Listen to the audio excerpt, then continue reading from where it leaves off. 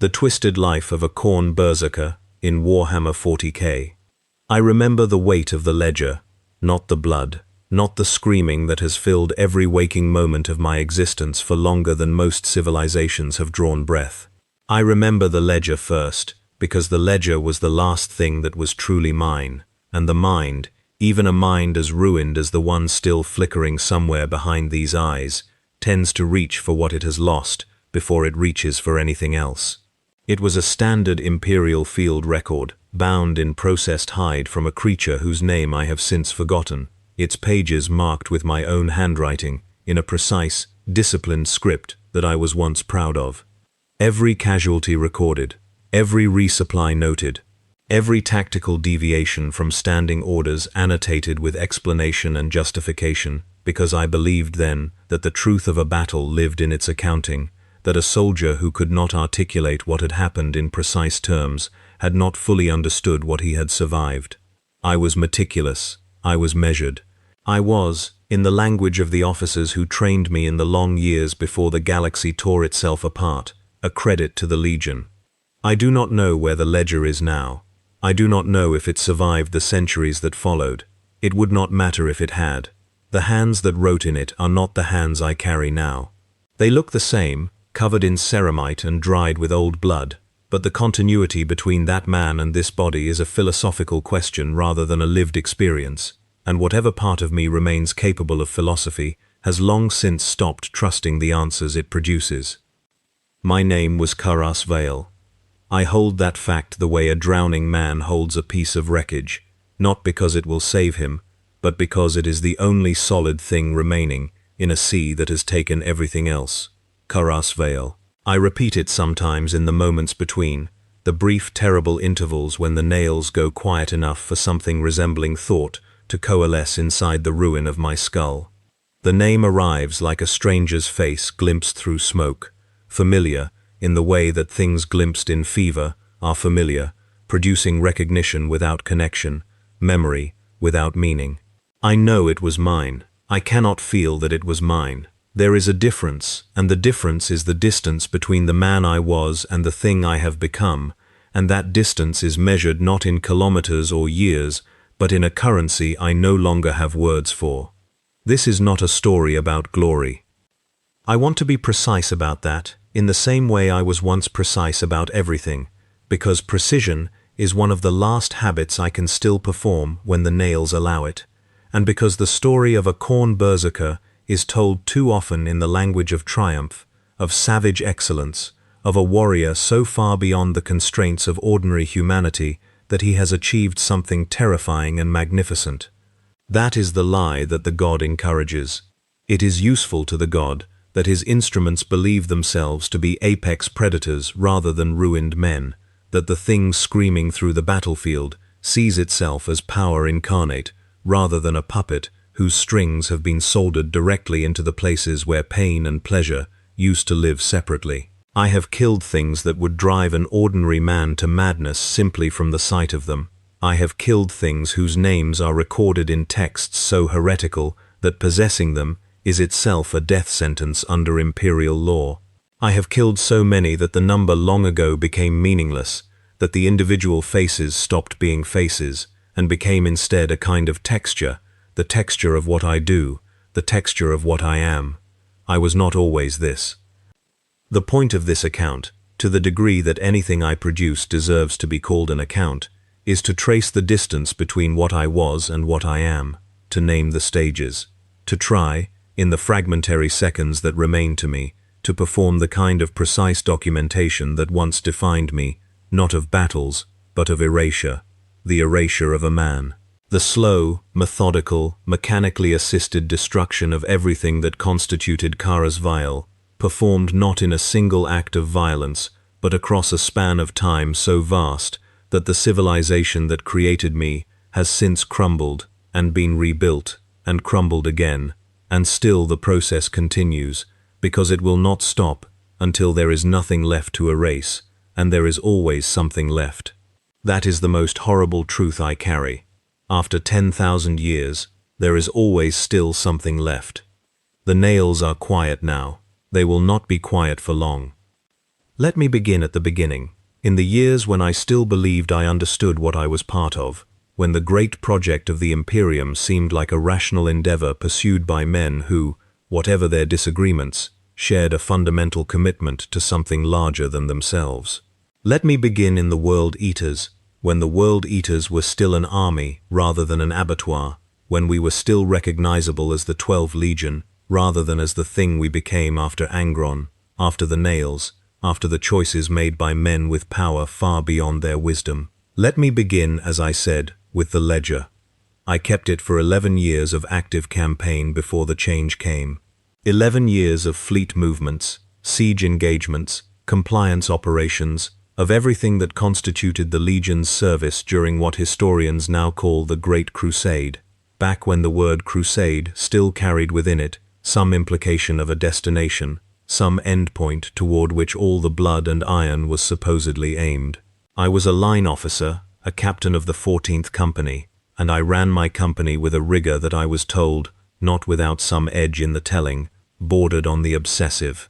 Every man's name, every man's record, every tactical decision logged and evaluated for lessons that might preserve more lives in the next engagement. My company had lower casualty rates than any comparable unit in the Legion at the time. I was proud of that.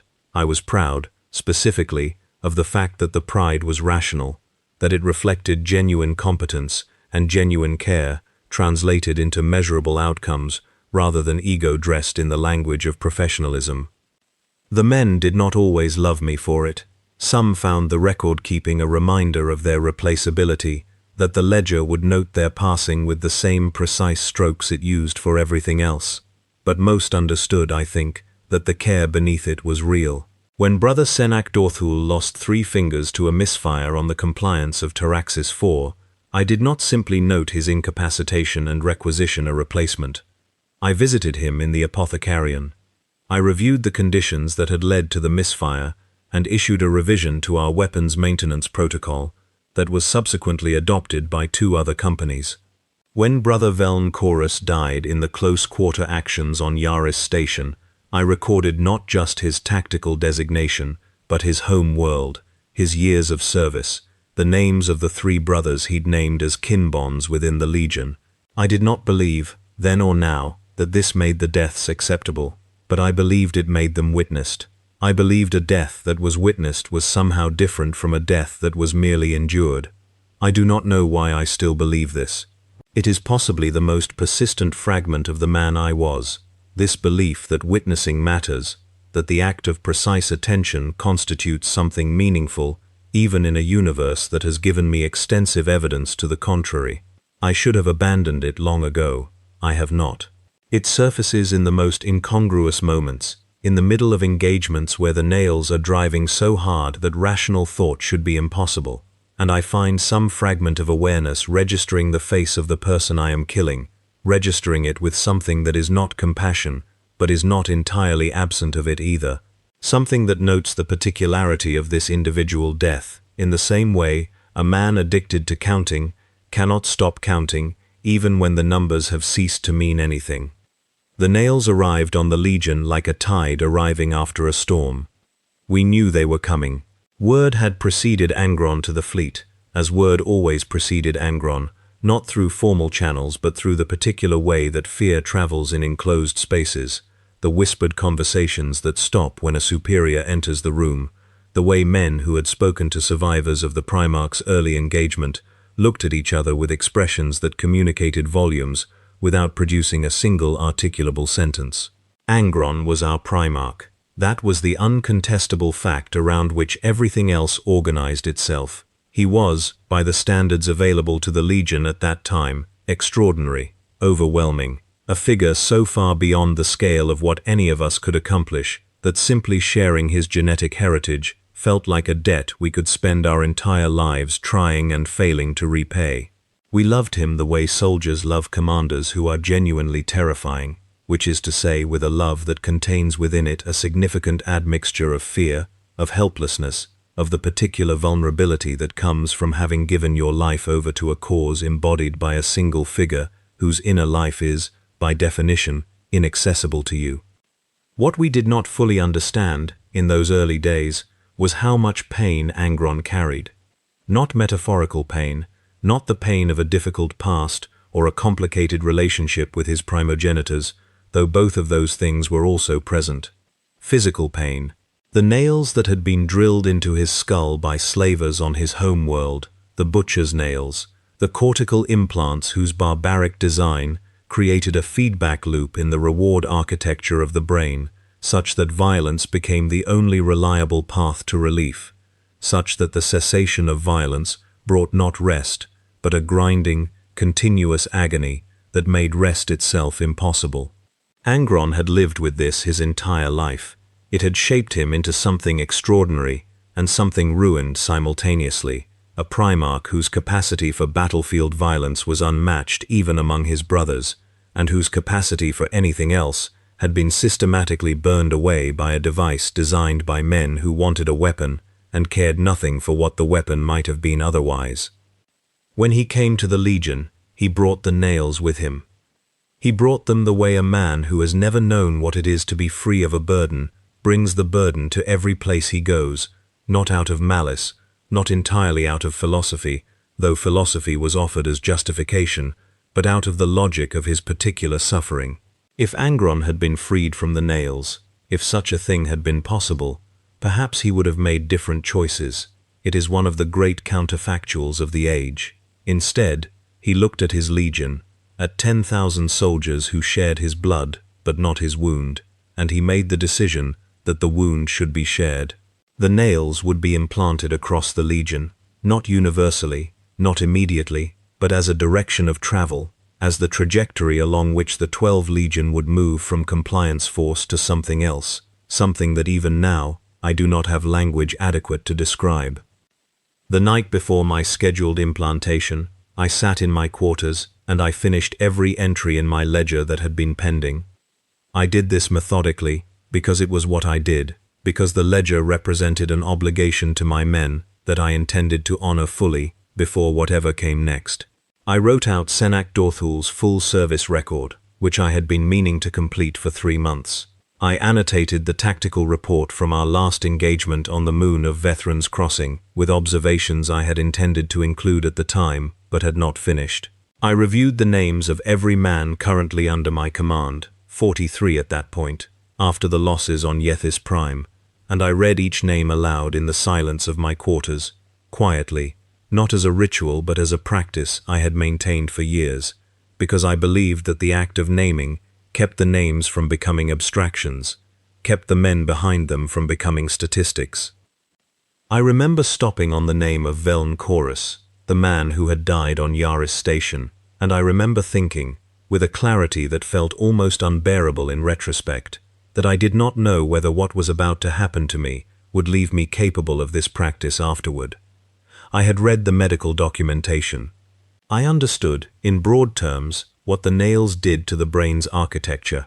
I understood that the implant created conditions under which abstract thought became progressively more difficult, under which the neural reward for violence became so overwhelming that other stimuli ceased to register at meaningful intensities. I understood, in other words, that the man who sat in that room finishing his ledger entries might be the last full version of that man who would ever exist. I finished the entries anyway. I closed the ledger. I set it carefully on the shelf above my desk. I want to describe the surgery accurately, because accuracy is one of the practices I still reach for, and because the surgery is where everything properly begins, where the story of the transformation engine starts to turn. I want to describe it accurately, and I find, after 10,000 years, that I can still remember it with a vividness that no other memory from that era retains. The apothecary's name was Farek. He had silver instruments.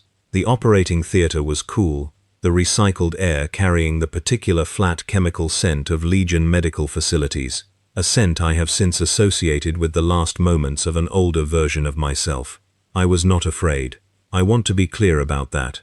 I had read the documentation, I had considered the implications, and I had made my peace with the idea that this was the direction the Legion was moving, that Angron had determined it, that the logic of war, as practiced by the World Eaters, was moving toward a different philosophy of violence, one in which I would either participate or be left behind. I was not afraid. I was, if anything, curious. This was a mistake. The nails went in. The procedure itself took several hours. I was awake for portions of it, and not awake for others, the consciousness drifting in and out, as Farek's silver instruments worked through the augmented bone of my skull to reach the soft machinery of the brain beneath. There was pain, which was expected and managed with partial anesthesia. There were sounds inside the sound of the surgery, wet sounds and dry sounds, and once a sound like something being split that I did not allow myself to think about too carefully. And then there was a period that I believe lasted approximately 12 hours, during which I was unconscious in a way that did not feel like sleep, that felt instead like the lights in a room going out one by one until the room was not dark but absent, as if the room itself had ceased to exist rather than simply becoming dark. When I woke up, I knew something was different. I did not immediately know what. The room was the same. The instruments had been removed. Farek was not present. I was alone, and for a moment I was simply a man waking up in a medical facility with a mild headache and a profound sense of having lost time. And then the nails spoke to me for the first time, and I understood. They did not speak in words. This is important to understand. The nails have never, in my experience, communicated anything that could be called language.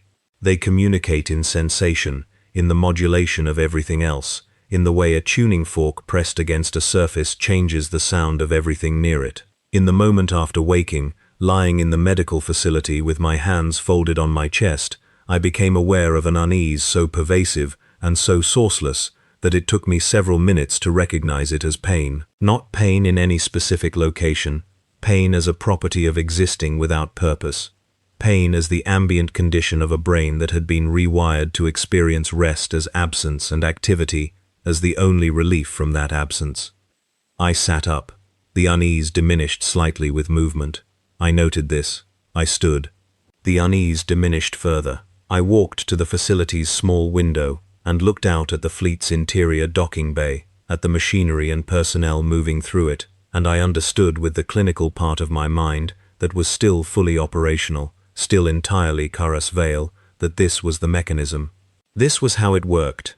The implant had created an aversive state as the baseline, and movement, activity, violence above all, offered relief from that state. The behavioral chain was not complicated.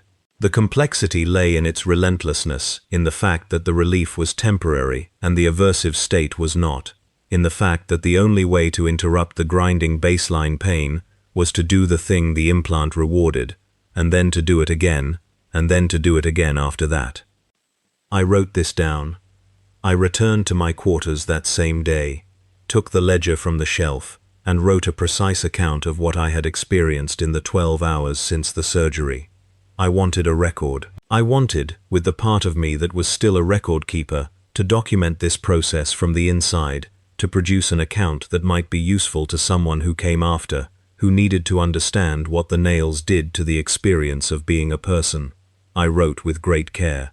The handwriting was still the same. My hand had not changed. The sentences were still constructed correctly. The observations were still precise. I remember looking at what I had written when I finished, and feeling something that was not quite relief but was adjacent to it, a sense that as long as I could still produce this, as long as I could still perform this act of careful documentation, something essential about Karas Vale was still present and still functioning. I did not know then how small the window was. The first battle after the nails was on a moon whose name I recorded in the ledger and have since forgotten. It was a compliance action, standard for the period, against a population that had resisted incorporation into the Imperium through means that the official justifications described as intractable and morally compromised.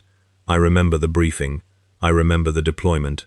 I remember the first moments of contact with the enemy forces, the initial engagement in a rubble-strewn industrial district where the enemy had fortified behind demolished hab-block walls and maintained something approaching disciplined resistance for approximately 4 minutes. 4 minutes, because after 4 minutes the nails responded to the presence of blood and the sound of killing and the smell of spent ammunition, with a surge of relief so absolute that I lost the briefing. I lost the tactical picture. I lost, for the first time in 11 years of active service, the thread of the engagement as a strategic event, and found myself instead inside something that was purely sensory, purely immediate, a world reduced to the next obstacle, the next body, the next moment of contact that would sustain the relief for another few seconds before the baseline returned. The baseline always returned. After the engagement, I sat in the debris of the district, and I performed the first post-battle accounting that was, by my own standards, incomplete. I knew the casualty figures for my company. I could not recall the names. They were there somewhere, in the part of my mind that stored information, but accessing them required the kind of quiet, deliberate attention that the nails were making increasingly difficult to achieve, because quiet and deliberation were themselves aversive states that the nails punished with a return of the grinding baseline pain that sitting still in the ruins of a battle was rapidly making worse. I made myself sit still anyway. I made myself open the ledger. I made myself write the names. It took 4 times as long as it should have. The names were there, but reaching them felt like reaching through material that had not been there before, like a membrane between the information and the act of retrieving it, a membrane made of noise and pain and the urgent biological insistence that the relief available from the nails was one engagement away, and sitting still was the last thing I should be doing. I wrote the names with hands that wanted to be doing something else, something faster, something louder. I finished them. I closed the ledger.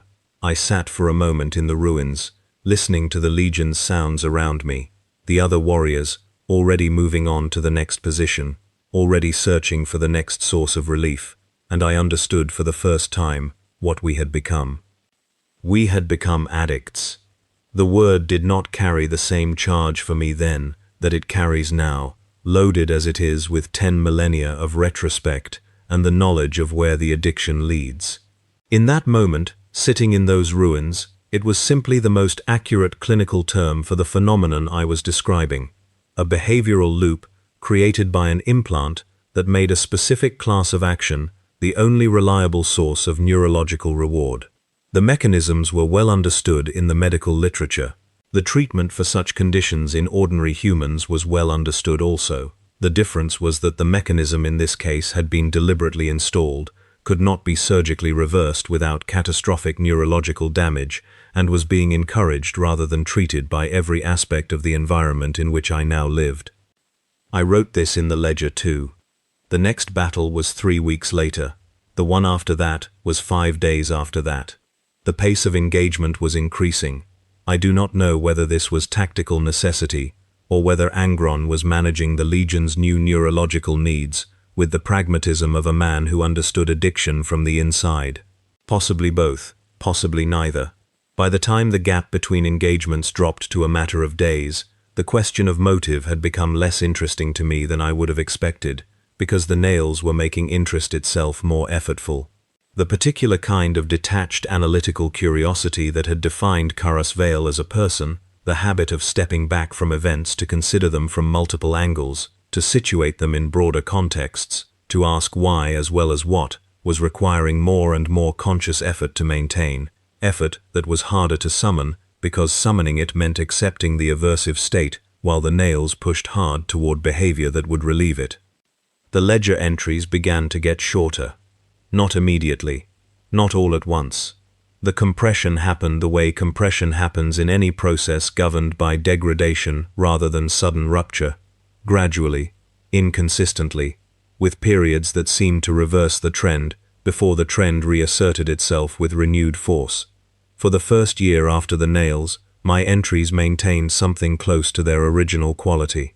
A reader comparing the entries from that year to the ones that preceded the surgery would notice differences, would notice that the analytical commentary had become somewhat more compressed, that the observations about individual soldiers were slightly less expansive, but might reasonably attribute these changes to operational tempo or fatigue rather than neurological erosion.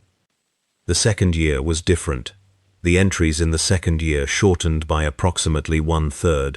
The names were still present, but the annotations were not. When Senak Dorthul, who had survived the Taraxis 4 misfire with 9 fingers and a revised maintenance protocol named informally after him, died in a close assault on Morthak's 7th, I recorded his name, his date of death, the engagement, and nothing else. No homeworld. No years of service. No kin bonds. I noticed this omission within an hour of making the entry and returned to the ledger to add the missing information. But when I sat down with the intention of writing the additional details, the details were not where they should have been. I could access the fact that Senak Dorthul had been from a feudal world. I could not access the world's name. I could access the fact that he had kin bonds within the Legion. I could not access their names. The information had not been destroyed. I knew this. It was there in the same way that the names had been there in the debris field after the first post-nails engagement, behind a membrane, requiring an effort that was getting harder to make. I sat with the ledger open for a long time that night. The nails were not silent. They were never entirely silent anymore. In the year since the surgery, the baseline pain had settled into a level that was sustainable, that could be endured without constant movement, but it never went away. It was always there, a low, grinding presence in the background of every moment, a constant reminder of what was available, of what the next engagement would provide, of what I was made for now. Sitting still with the ledger open on a night when no engagement was scheduled was an exercise in enduring the nail's insistence, in holding the aversive state at bay through sheer force of the commitment I had made to this practice, to the witnessing of my men's lives and deaths. I added what I could. I wrote that Senak Dorthul had been from a feudal world, and that his world's name was something I was working to recover. I wrote that he had kin bonds, and that their names were something I was working to recover. I wrote, in the margins of the entry, in smaller handwriting, that I was concerned about what I was losing, and what the losing meant. Then I closed the ledger and went to stand in the ship's training bays until the baseline became manageable again. The changes in language came more slowly than the changes in memory, but they were, in many ways, more distressing to observe. Language had been important to me, not in the way it is important to poets or philosophers, not as an aesthetic pursuit or a means of exploring the nature of reality, but in the way it is important to officers who understand that clarity of communication in command environments is the difference between an operation that achieves its objectives and an operation that fails with its objectives intact, but its personnel destroyed. I had been known, in the years before Angron, for the precision of my orders and after-action reports. I had been told, by officers senior to me, that my language was unusually exact, that I had a gift for finding the specific formulation that conveyed exactly the right information without surplus or deficit. I valued this. It was part of how I understood my usefulness, part of my professional identity. The nails did not take language first, they took attention. The attention required to construct precise language, the ability to hold a sentence in the mind while testing it against alternatives, to revise and refine, to achieve the version that was most accurate rather than simply the version that was adequate. This required the kind of sustained, quiet concentration that the nails were making harder to achieve with every passing month. Words were still available, sentences still formed, but the sentences were coming out in their first draft now, unrevised, not because I had lost the skill of revision, but because the attention required to revise was attention drawn away from the constant management of the nails' insistence. By the end of the second year, my spoken orders in the field had become shorter and blunter than anything I would have issued in the years before the surgery. I compensated by planning more carefully before engagements, by generating precise written orders, rather than relying on spoken command, by treating the degradation of my in-battle language as an operational problem with operational solutions. This worked, partially and temporarily. It worked for approximately another year, and then the planning itself began to be affected, because planning required imagining forward-looking scenarios, which required holding multiple hypothetical futures in mind simultaneously, which required exactly the kind of quiet, complex, multiple-strand thinking that the nails were making progressively more difficult. The truth arrived quietly. I understood one night, sitting in my quarters with the ledger open, that I was adapting to the nails rather than resisting them, that my strategies for compensating for the degradation were themselves signs of the degradation, because the Karas Vail who had first sat down with this ledger after the surgery had believed he would document the process from the inside, had believed he would maintain the practice indefinitely, had not considered seriously the possibility that the practice itself would be gradually eroded from within. I had been planning for a version of the future in which I remained fully myself and simply had to manage the nails as an external constraint. The actual future was one in which I was not remaining fully myself. The nails were not an external constraint. They were an internal one, and the internal steadily displaced the external in ways that left fewer and fewer handholds for the thing trying to hold on. I want to be careful here, because I am inside the process I am trying to describe, and that means my account of it is itself shaped by the process, by the degradation of the faculties I am using to observe the degradation. I cannot tell you with certainty which memories from this period are accurate and which have been altered by the years that followed. What I can tell you is what I have, and I can tell you it as precisely as what remains of me permits, and I can mark the places where the precision becomes uncertain. The third year was the year I stopped sleeping. Not stopped entirely, immediately, but the pattern changed. Sleep, for a legionary fitted with the nails, had become an increasingly poor substitute for the relief the nails provided. During sleep, the nails continued to operate. The aversive baseline did not switch off. It simply ran uncontested, because the sleeping brain had no access to the compensatory behaviors that provided relief during waking hours. Dreams became a form of torture, not vivid experiential torture, not nightmares with narrative content and specific fears, but a gray, grinding endurance of the nail's insistence without any means of responding to it, hours of blank suffering without context or endpoint. The Legion's response to this was to reduce sleep periods and increase operational activity. This was, from the perspective of nails management, pragmatic. Keep the warriors busy, keep the engagements coming. The relief provides its own motivation. It did not require orders to achieve the desired behavioral outcome, because the behavioral outcome was hardwired by the implant. The warriors sought combat because combat was relief. The role of command was simply to direct that seeking toward useful targets. I noticed this shift in the Legion's operational philosophy, and I found it, in the part of me still capable of finding things, profoundly troubling. Not because I had lost my awareness of what was happening. In the third year, I still had that awareness. I still had the capacity to step back, laboriously, at significant personal cost, in terms of managing the nail's insistence, and observe what the Legion was becoming from something approaching an outside perspective. What I saw when I did this was a force that had been converted, systematically and deliberately, from soldiers who fought into organisms for whom fighting was a biological necessity. The distinction mattered enormously to me. A soldier who chose to fight was a person exercising agency in service of a cause. An organism for whom fighting was a biological necessity was something different, something that the language of the Great Crusade, with its vocabulary of enlightenment and liberation, was spectacularly ill-equipped to describe. I wrote about this in the ledger. The entries were shorter than they would have been a year earlier, but the thought was still present, still complex, still recognizably the thought of the man I was trying to remain. I wrote that the nails were not making us better soldiers. They were making us dependent soldiers, which was a different thing, a worse thing, a thing that served Angron's pain more than it served the Legion's purpose. I do not know if Angron could have read these entries. I do not know if he would have understood them.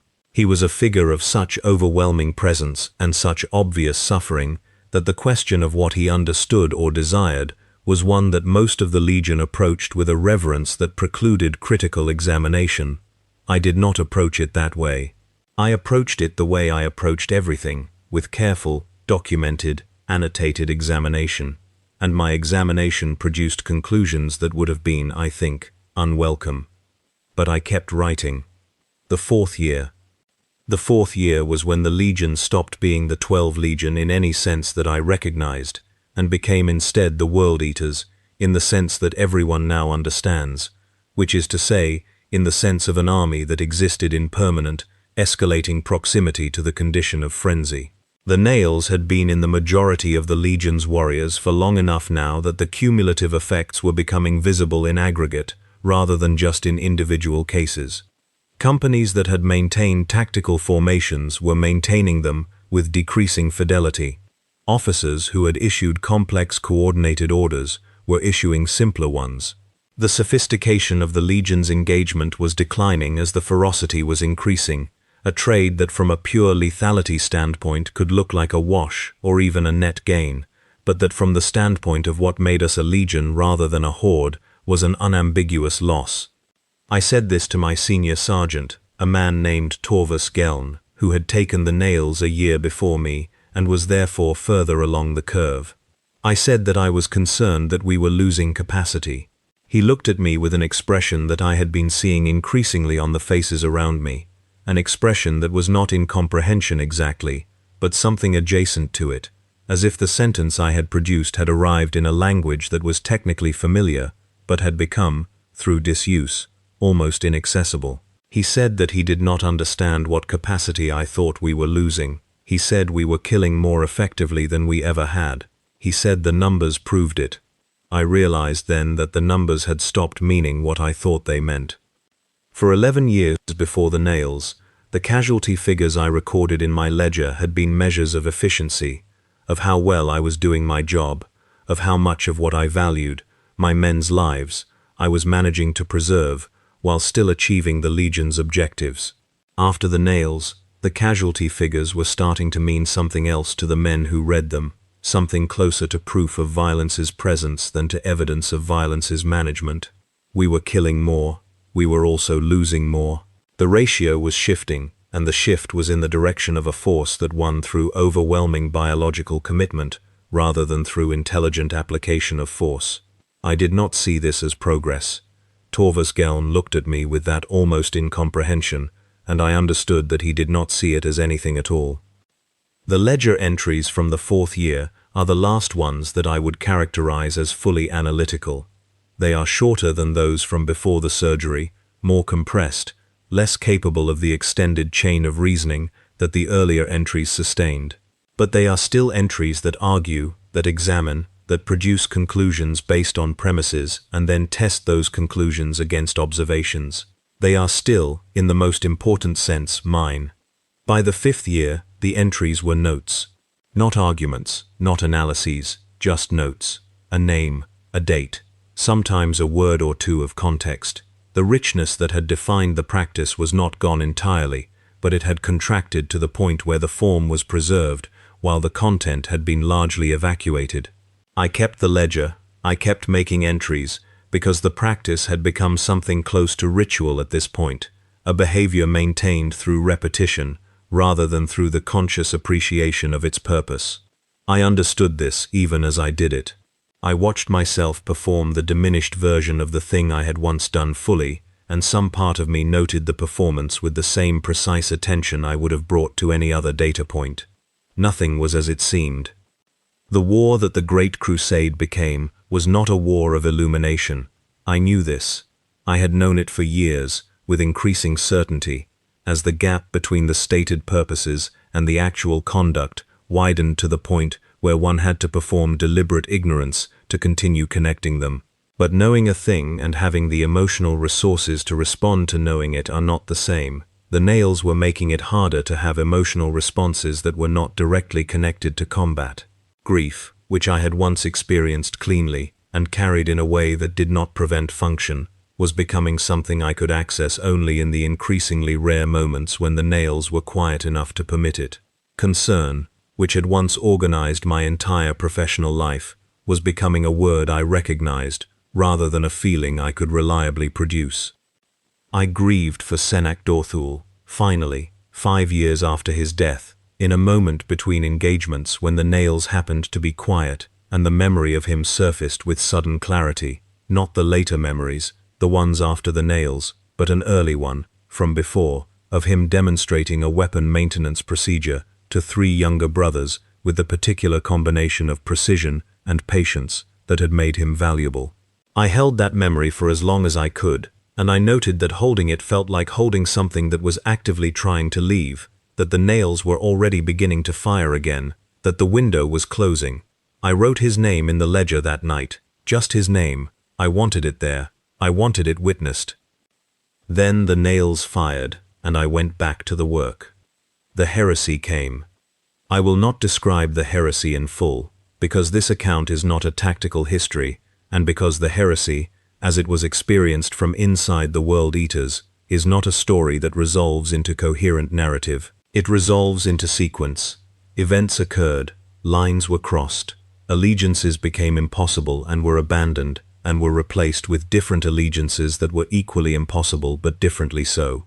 What I can describe is what the heresy meant for the progression of the thing happening inside the Legion, inside my company, inside my skull. The heresy gave the nails permission they had not previously had. This is what I mean. The constraints that had governed the Legion's conduct before the heresy, the operational parameters, the codes of conduct, the oversight structures that had placed some limit on how far the nails' behavioral logic could be pursued, these were gone. The compliance actions of the Great Crusade had still been, at some level, directed. There had been orders, and the orders had shaped the violence, had given it a target and a limit and a justification. The heresy removed the justification and the limit while leaving only the target, and the target was everything. Istvan III. I will speak about Istvan III because it is the moment I have returned to most frequently in the centuries that followed, the moment that functions, in whatever remains of my inner life, as a kind of fulcrum, a before and after so stark that even the nails cannot entirely erase the distinction. I do not need to explain what happened there to anyone with knowledge of the period. What I can describe is the experience from inside, from the position of a man who was already halfway through his own erasure, who still had enough of himself remaining to register what was being done. We killed our own. Marines who had resisted the path Angron had chosen, brothers of the Legion who had maintained enough of whatever it was that the nails erased to find objection possible, they were deployed to the surface of Istvan III, and they were killed by the nails. By us. By the warriors who had accepted the direction of travel, and who were sent down onto that poisoned surface to complete the work. I was among those sent. I do not know if I was sent because my acceptance of the nails' progression had been deemed adequate by whoever was making such calculations, or whether I was simply assigned as part of an operational deployment without any such calculation being made. I do not know. I could not have known at the time, and I cannot know now. What I know is what I did. I will not describe it in detail.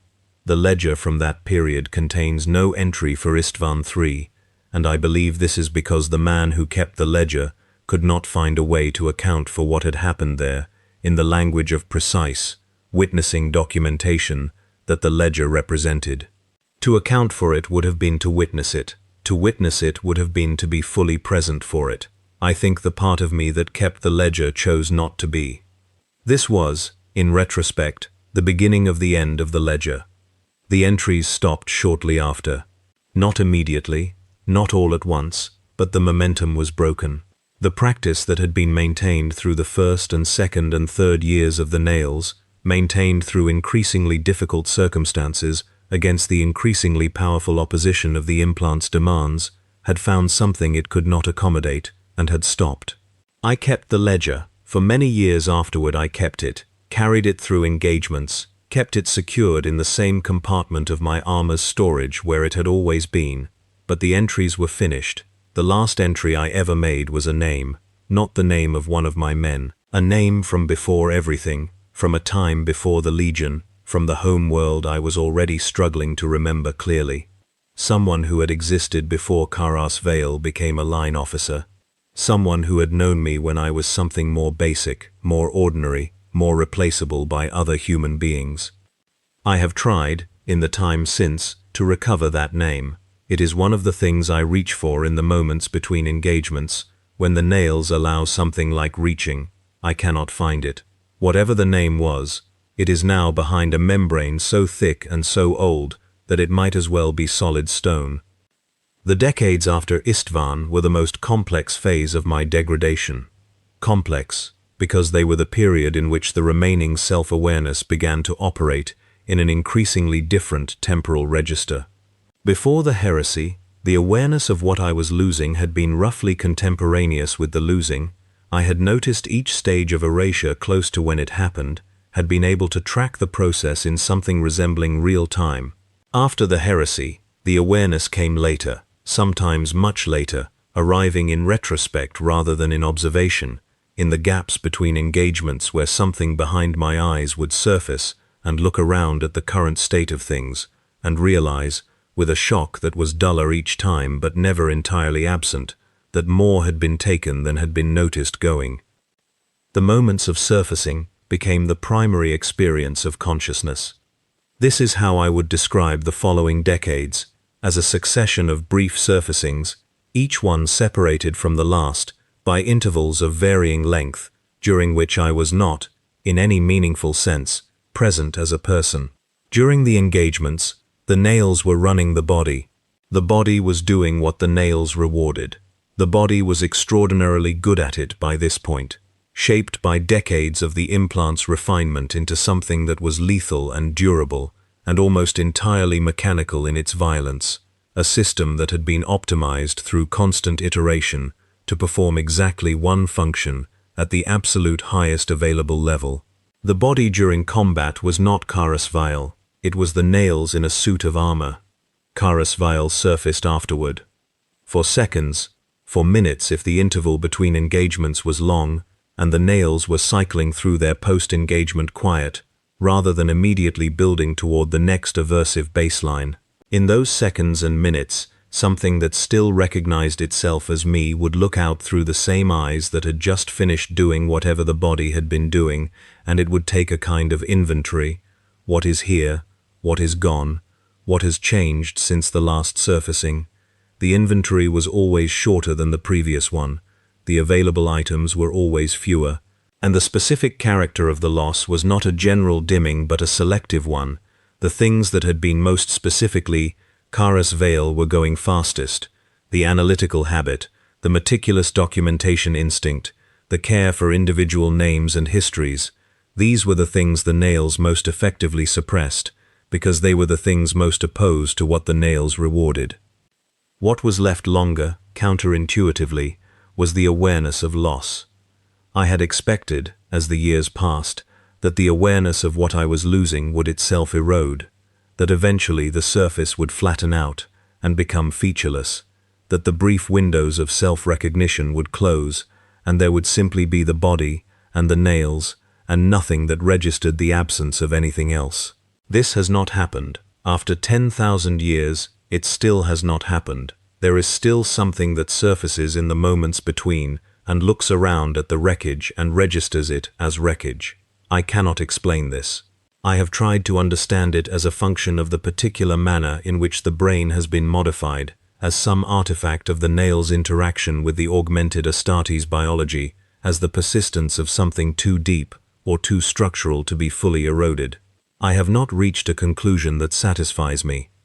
What I suspect, with the part of me that still suspects things, is that the awareness of loss was always the most fundamental thing about me, that the practice of witnessing, of precise attention to what had happened and what it meant, was so thoroughly who I was that it cannot be fully suppressed even by the nails, that it survives in this diminished, intermittent form because it is, in some sense, more basic to me than anything else, than my name, than my memories, than my capacity for language or complex thought. The silence grew heavier. The God arrived. Or rather, the God had been present all along, in the way that the warp's attentions are always present when sufficiently directed violence concentrates sufficient psychic weight in a given location, but the arrival I am describing is the moment when the relationship became explicit, when the direction of the Legion's trajectory became undeniable in its cosmological implications. Khorne, the Blood God, the Skull Lord, the entity whose domains are rage and war, and the absolute consumption of everything that is not rage and war, whose worship consists not of liturgy or sacrifice in any formal sense, but simply of killing, which is to say whose worship consists of being what the nails had been making us for decades. I registered this transition when it occurred with a clarity that surprised me. Not because I was more present in that moment than usual. The surfacing that accompanied this recognition was one of the less extended ones, lasting perhaps 40 seconds in total before the nails cycled back and I was gone again. But in those 40 seconds, looking at what the Legion had become, at the iconography that was appearing on armor and banners, at the behavior of warriors who had completely lost the capacity to perform the kind of surface checking I was performing, at the sheer scale of what had happened to us, I registered the transition with an emotion that was complex and that I did not have time to fully articulate before the nails ended the window. What I understood in those 40 seconds was this. Everything that had been done to us had been done in service of something that wanted it done. The nails were not an accident. Angron's suffering was not accidental.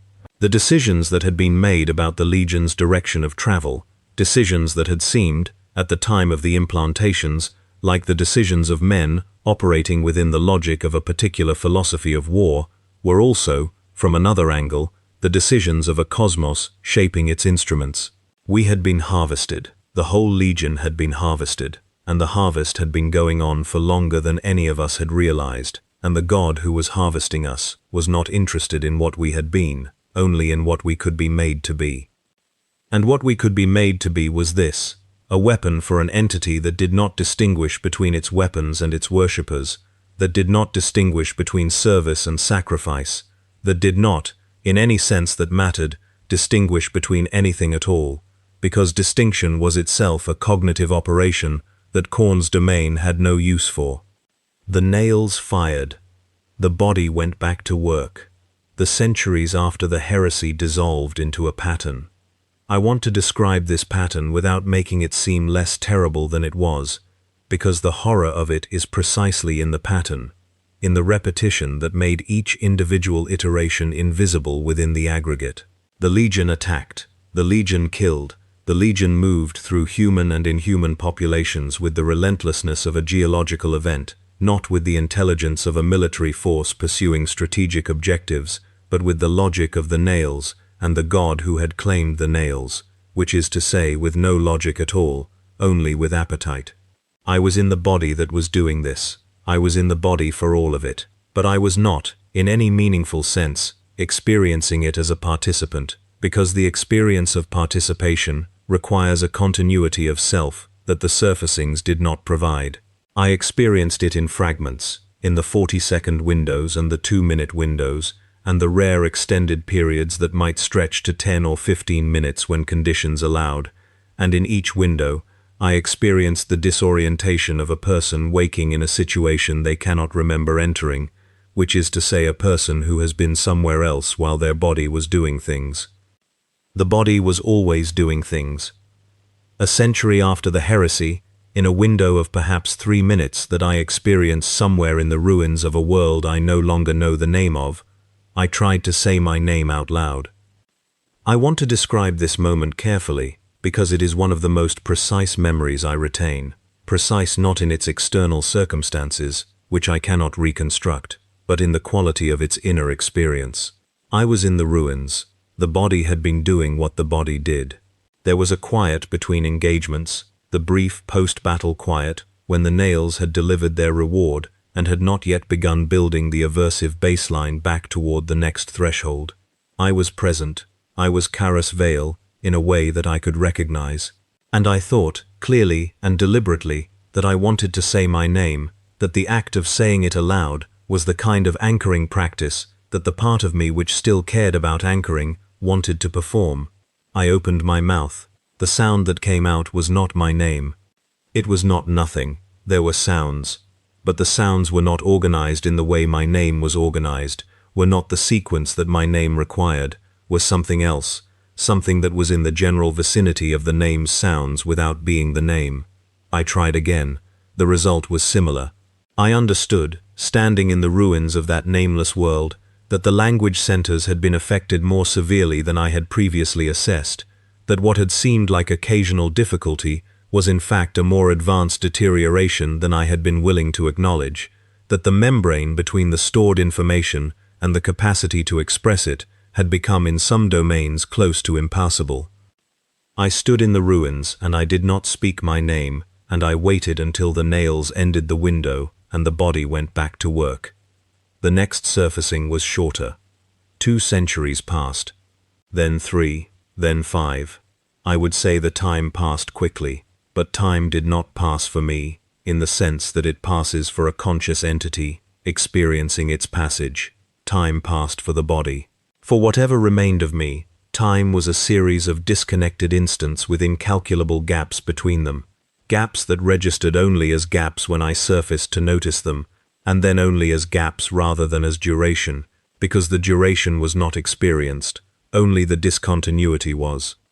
In the 38th millennium, in a surfacing that lasted perhaps 6 minutes on the exterior of a burning ecclesiastical installation whose denomination I will not speculate about, I attempted the inventory and found it comprehensively diminished. The analytical habit largely gone. The meticulous documentation instinct gone, though I believe the underlying drive was still present beneath the surface, still trying to perform the function, producing the surfacings themselves as its diminished residue. The care for individual names and histories, gone as specific function, though something persisted as an orientation, an awareness that individuals existed, that they were distinct from one another, that the distinction mattered, even if I could no longer tell you why I believed this, or access the network of experience from which the belief had grown. Language, severely compromised. What remained? The surfacings themselves. The awareness of loss. The habit of returning to the wreckage and noting it. And something else. Something I hesitate to name because I am not certain I am naming it accurately.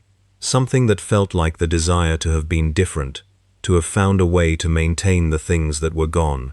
The desire not to change the past, but to have been stronger in it, to have held on longer, to have refused more effectively the thing that was being done. This is what passes in the ruins of my inner life for grief. The 39th millennium. By the 39th millennium, I had outlasted most of the warriors I had known in the years before the nails. Some had died in the centuries of slaughter, killed in engagements where even the ferocity the nails provided was insufficient to overcome the opposition. Some had been taken by the more extreme manifestations of Khorne's blessing, the mutations and transformations that the god bestows on those who please him sufficiently, transitions that took them so far from what they had been that the continuity between the before and the after became nominal at best. I did not know, at the time, whether to regard these fates as better or worse than my own. I still do not know. The body survived because it was very good at what it did, and because the nails had had 8,000 years to optimize it for exactly the kind of work it was given. The body was, in the 39th millennium, a thing that other warriors feared, including the warriors of the same legion who had been fully converted by the nails and the god, into something so far from human cognition that they could barely maintain the forms of organization that distinguished a warband from a mob.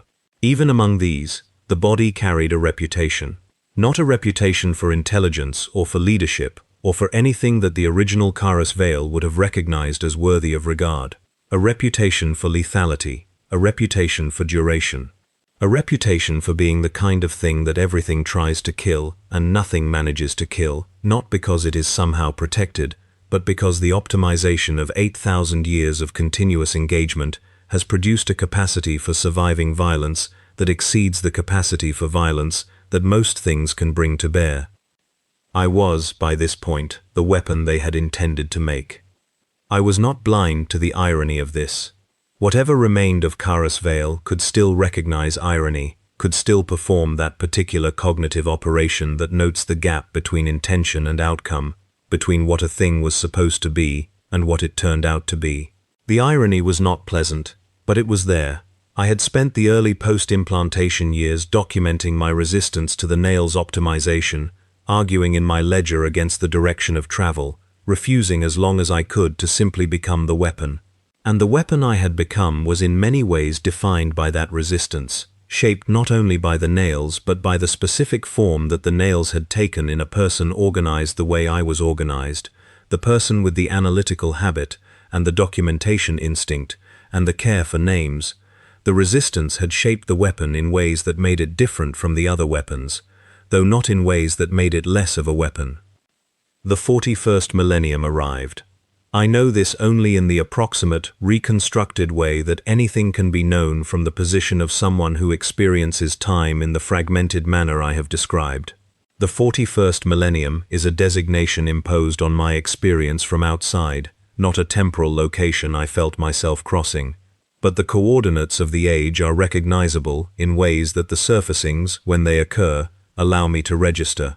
The Imperium that was being built when I was created has since developed 8,000 years of scar tissue. The enemies it faces are different in their specific configurations, though not in their fundamental nature.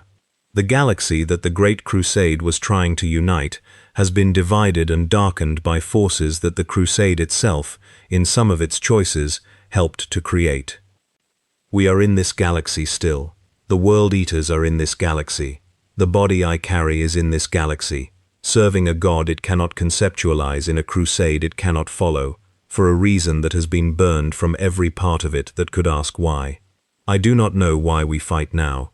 In the early centuries after the heresy, there was at least the vestiges of a strategic framework, the renegade fleet operating against imperial targets, the pursuit of specific objectives that Angron or his senior warriors designated, a chain of command that was degraded but present, that provided direction to the violence beyond the direction the nails themselves provided. That structure has since been further reduced, and then further still, until what remains in the current age is less an army than a phenomenon, a recurring catastrophic event that crosses the materium at intervals determined by the warp's movements and the god's appetite, rather than by anything that could be called military planning. The targets are whatever is present. The duration is however long until there is nothing left to kill. The withdrawal, if withdrawal occurs, is to whatever warp-touched waypoint allows the body to survive until the next time the phenomenon occurs. I do not know what system we are currently in. I know we are on a world that was, when we arrived, inhabited. I know this because the body has been engaged in the work for what feels, in the fragmentary way I feel duration, like an extended period. I know we have been killing long enough, that the industrial complexes I can see from the current position are burning, that the defensive fortifications that were presumably here when we arrived have been breached or destroyed, that the organized resistance that presumably existed when we arrived has been eliminated or scattered. I know we are in the later stages of the engagement because the nails are beginning their post-battle cycling rather than their combat-sustaining operation, which means the primary objective, if the current operation had a primary objective, has been achieved. I am surfacing now.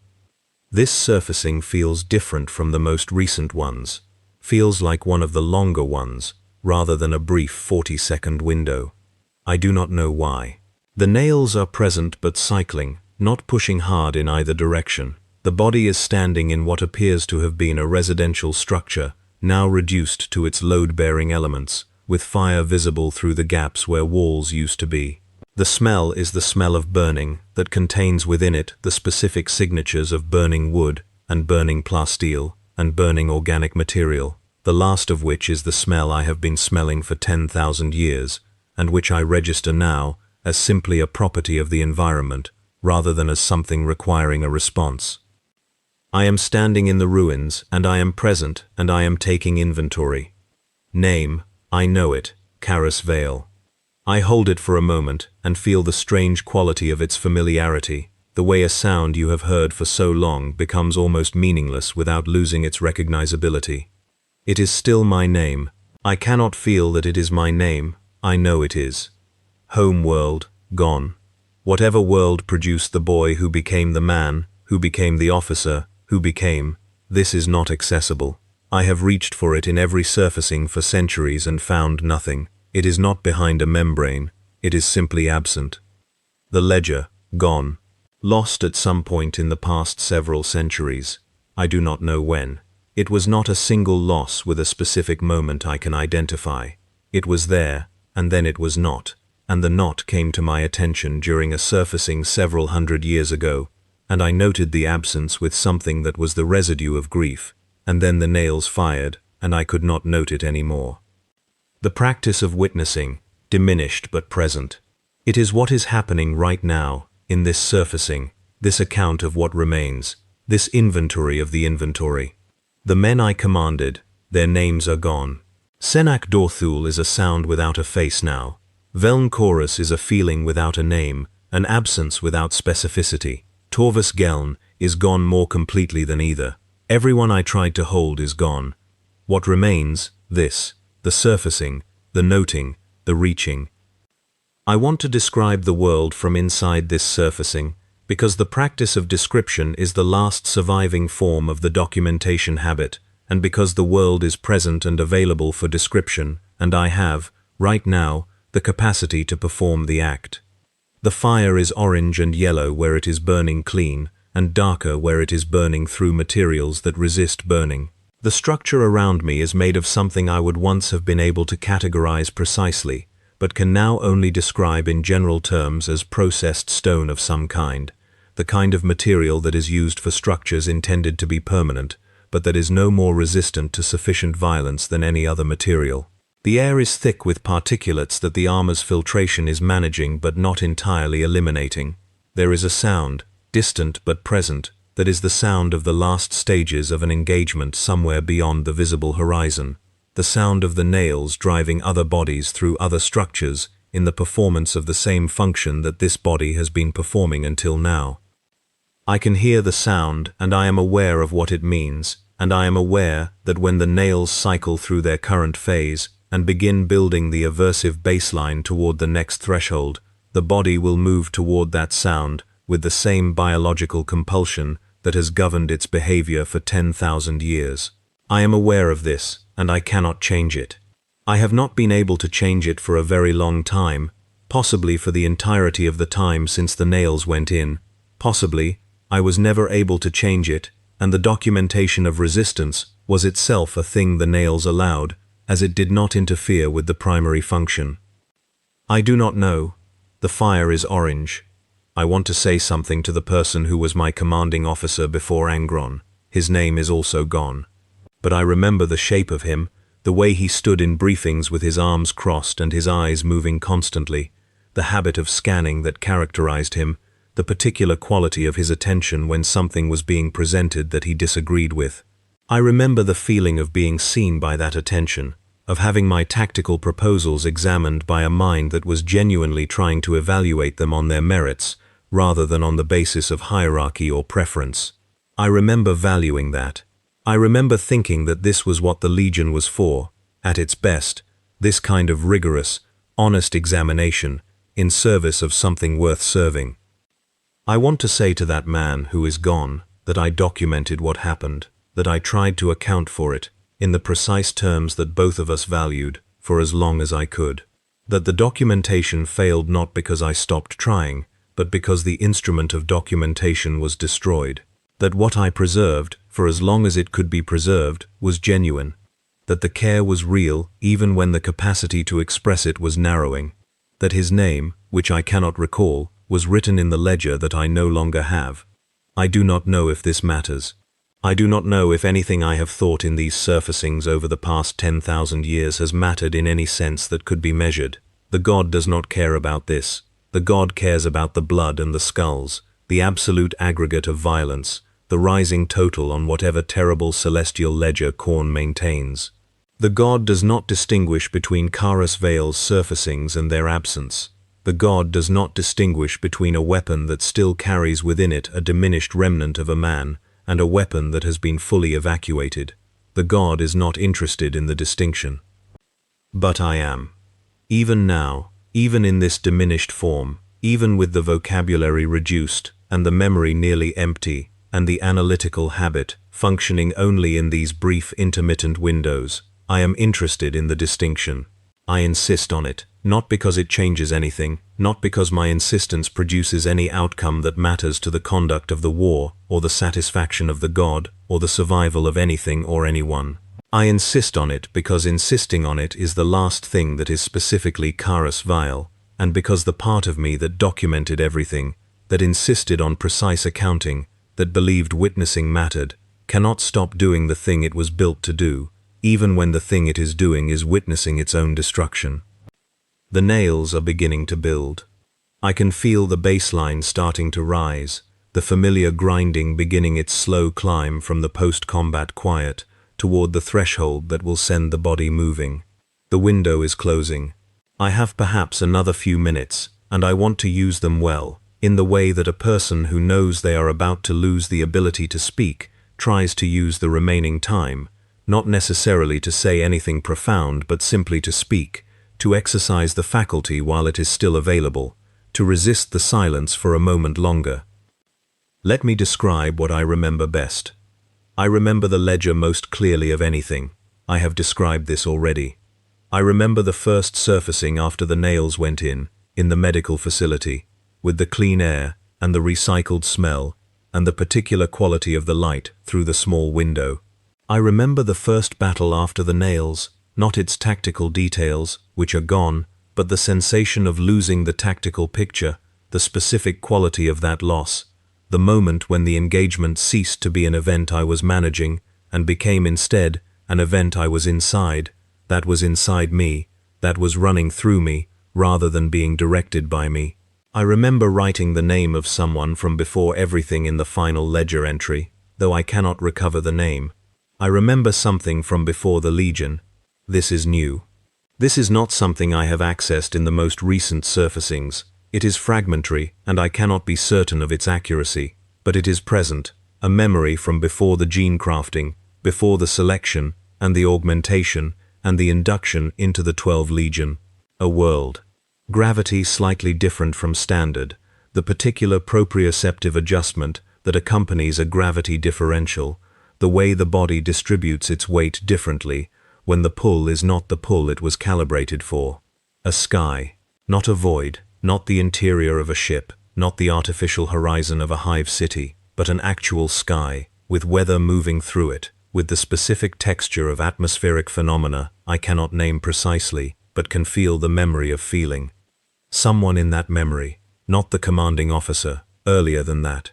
Someone from before everything. I can feel the presence of the person without being able to construct any feature of them. I cannot tell you if the person was a parent or a sibling or a friend. I cannot tell you what language we spoke or what the world was called. I cannot tell you anything specific about the relationship. I can tell you that the presence in the memory is warm in a way that nothing has been warm since the nails. Warm in the specific sense of safety, of being in proximity to someone who will not harm you, which is a sensation so thoroughly opposite to everything the past 10,000 years have contained, that its memory arrives with the force of a physical blow. Someone loved me before all of this. I hold that fact. It is not specific, it is not documented, it is not precise in the way I required precision, but it is there, and it is mine, and it is the oldest thing remaining, in whatever constitutes my inner life after 10,000 years of the nails, and the God, and the endless bleeding work.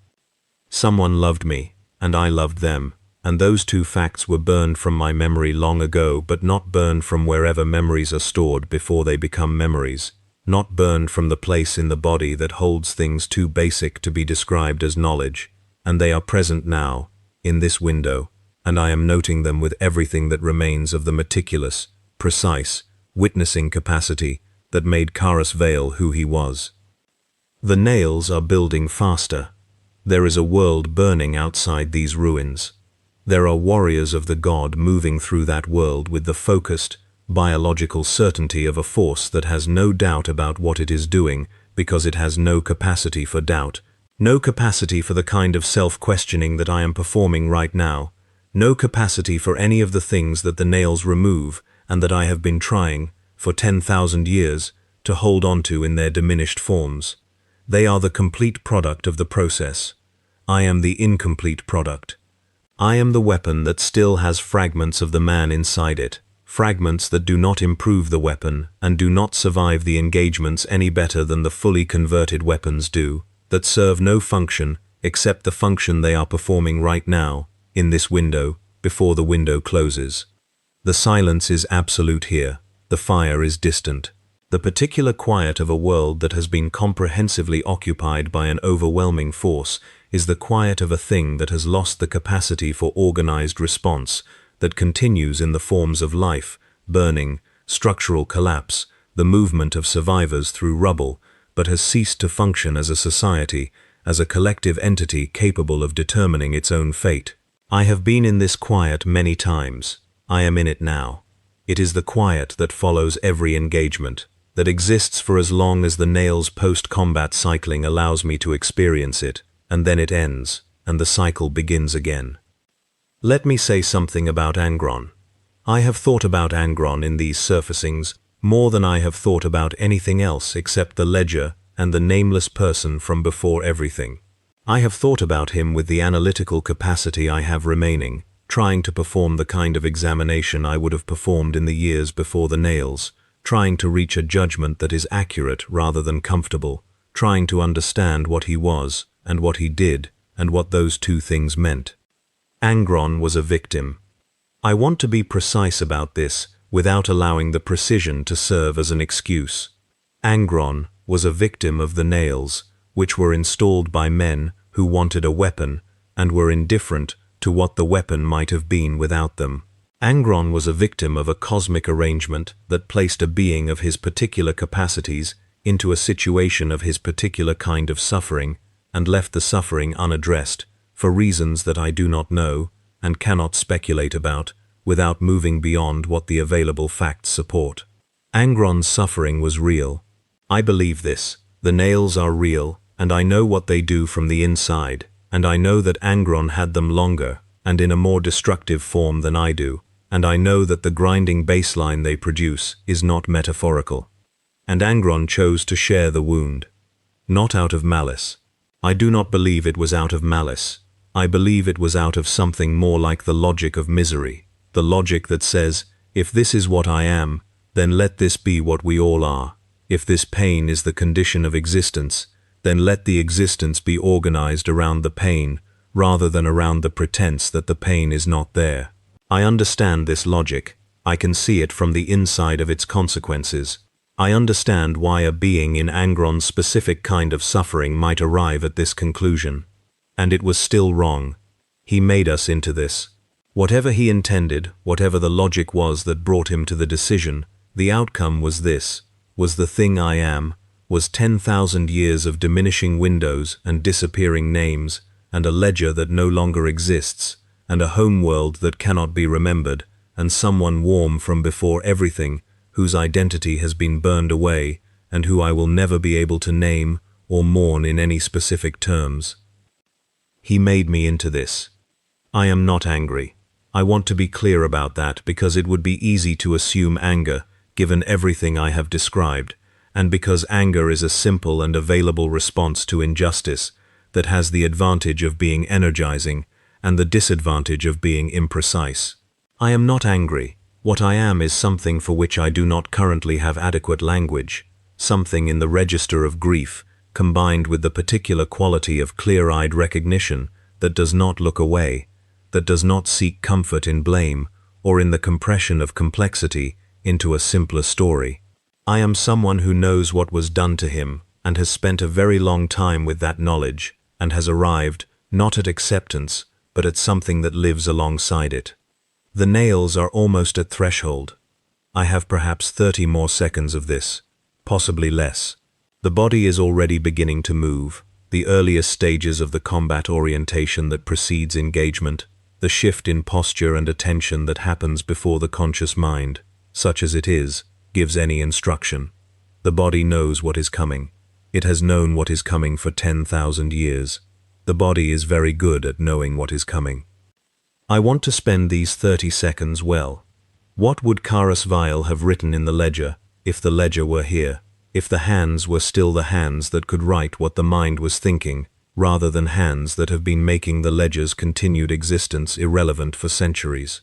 He would have written this: that war is not a discipline if the warrior cannot choose otherwise, that a legion is not a legion if the soldiers who constitute it are not soldiers in any sense that the word preserves its meaning, that the precise accounting of violence is not a substitute for the question of what the violence is for, that witnessing matters even when what is witnessed is the failure of everything you valued, that someone should know what was lost here, even if the only person capable of knowing it is the one who lost it. He would have written, "I remember the weight of the ledger." He would have written, "I tried to keep the names." He would have written, "It was not enough."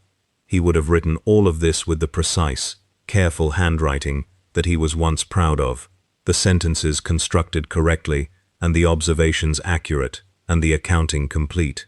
And he would have read it back and found it adequate to the truth of what he was trying to say, and he would have closed the ledger and set it carefully on the shelf, and then he would have had to go, because the nails would have been building toward threshold, and the body would have needed what the body needs. He would have gone, he would have come back, he would have opened the ledger again, he would have kept writing. He did not get to keep writing. The nails are at threshold. The body is moving. The combat orientation has completed. The distance between the current position and the sound of the engagement has been calculated in the automatic, instantaneous way the body calculates such things now, without the deliberate mental construction of spatial models that an earlier version of me would have consciously performed. The distance is being covered at the pace the nails sustain, the ground-consuming stride that carries the body across rubble and through obstacles and over the ruins of whatever this world used to be. Something surfaces briefly as the body moves, not a thought exactly. Not a surfacing of the full inventory-taking kind. Something smaller, an impression. The impression is of a very large amount of time, stretching back to a point that cannot be located, and within that time, a very small number of moments that were specifically this, specifically the attempt to document, to witness, to hold the names. And the impression is that these moments, as few and as brief as they were, are the only moments in all of that time that constituted anything that could be called living, rather than the nails' relentless performance of the thing they were designed to perform. The impression lasts approximately 3 seconds. Then the body arrives at the engagement. Then the nails deliver their reward. Then the nails deliver their reward. Then the nails deliver their reward. The god is satisfied. The god will always be satisfied, because the body will always arrive, because the nails will always drive the body toward the satisfaction, because the cycle is a perpetual machine that requires no external input beyond the continued existence of things to kill, and the galaxy contains an effectively unlimited supply of things to kill. The god is satisfied. The god will be satisfied tomorrow, and in a century, and in another millennium, and in however many millennia remain before the body finally finds something that can stop it, which is a threshold that has not been found in 10,000 years, and may not be findable, because the optimization has had an extraordinary amount of time to work, and because the god, it is widely understood, does not grant his instruments mercy. This is the nature of Khorne's blessing. The killing does not end. The body does not wear out. The nails do not stop. Whatever remnant of the man persists behind the instrument's eyes will continue to surface and sink and surface and sink for as long as the instrument continues to function, which is, for as long as the god requires it, which is for as long as the god exists, which is, for as long as the galaxy produces violence, which is, for as long as the galaxy exists. Karas Vale will die when Khorne dies, and Khorne is fed by every death, including the death of every version of every man who became every weapon that serves him, including the death of the man who kept a ledger and wrote down the names of his soldiers so they would not become abstractions, including the death of the man who sat in his quarters the night before the surgery and finished every pending entry with the same meticulous care that had defined him for 11 years, including the death of the man who wrote, in the margins of an entry he could not complete, that he was concerned about what he was losing and what the losing meant. Khorne does not read the margins. Khorne does not read anything. Khorne simply is, and the weapons serve, and the god grows, and the galaxy bleeds. I am somewhere in the middle of all of this, surfacing occasionally in the wreckage of what I was, noting the wreckage with precision I can barely sustain, keeping the last version of the last habit of the man I used to be alive in, the only way it can still be kept alive, which is by performing it when the windows allow, in whatever form the windows permit, for as long as the windows continue to open at all. I do not know if the windows will continue to open. I do not know what closes them finally, whether it is further degradation of the neural architecture, whether there is a threshold beyond which even the persistence of the awareness of loss cannot survive, whether the surfacings simply grow shorter and shorter until they are too short to constitute anything and then cease. I do not know if I will know when that happens. If the windows close entirely, the question of my knowing is irrelevant, because there will be nothing present to know anything. The body will still be there. The nails will still be there. The God will still be there. The weapon will still be pointed at whatever the God requires. But I will not be there, and there will be nothing to note the absence. This is the mercy the God will not grant, not death, which would at least be an end, which would at least resolve the question by removing the entity for whom the question is open. Not death, but a final and permanent version of what has been happening gradually for 10,000 years, the full evacuation of the last remnant, the completion of the process that began when Ferek's silver instruments opened my skull and installed the machine that I have carried since.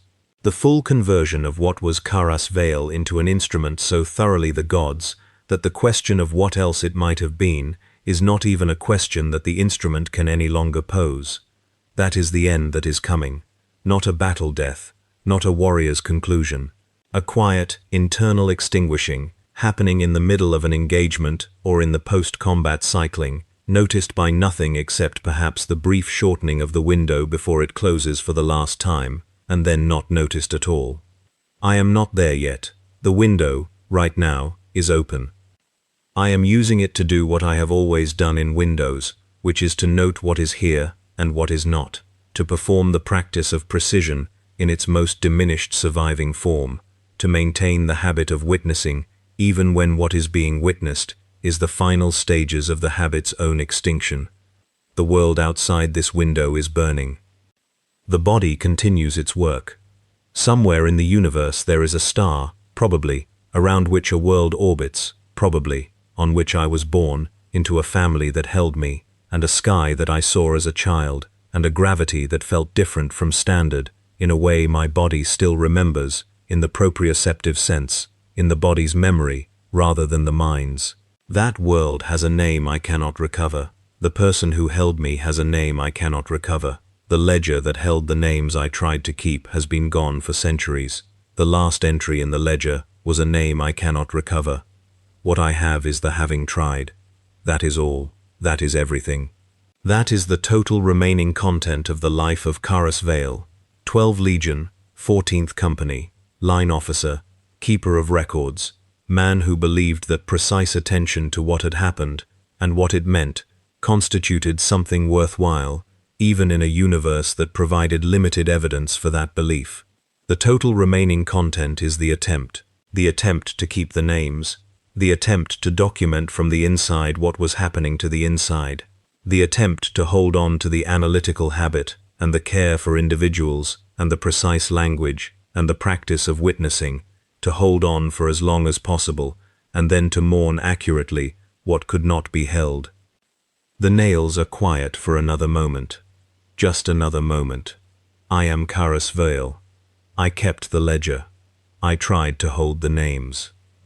The God does not grant mercy, and the windows will keep closing until there are no more windows, and the body will keep doing what the nails require until the galaxy itself burns out, and there is nothing in any of this that constitutes justice or meaning or the kind of resolution that the precise, witnessing part of me would have required if it had been drafting this account in the years when it could still draft accounts. There is only this, the noting, the last fragment of the first habit, the awareness that was always the most fundamental thing about Karas Veil, the awareness that persists when everything else is gone, that insists on seeing clearly, even when what it sees is its own final diminishment.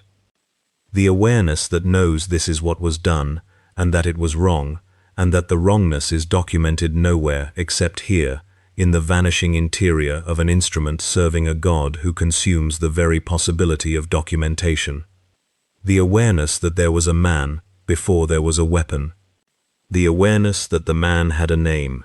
The awareness that the name was Karas Veil. The body moves. The nails fire. The God is fed. The window closes.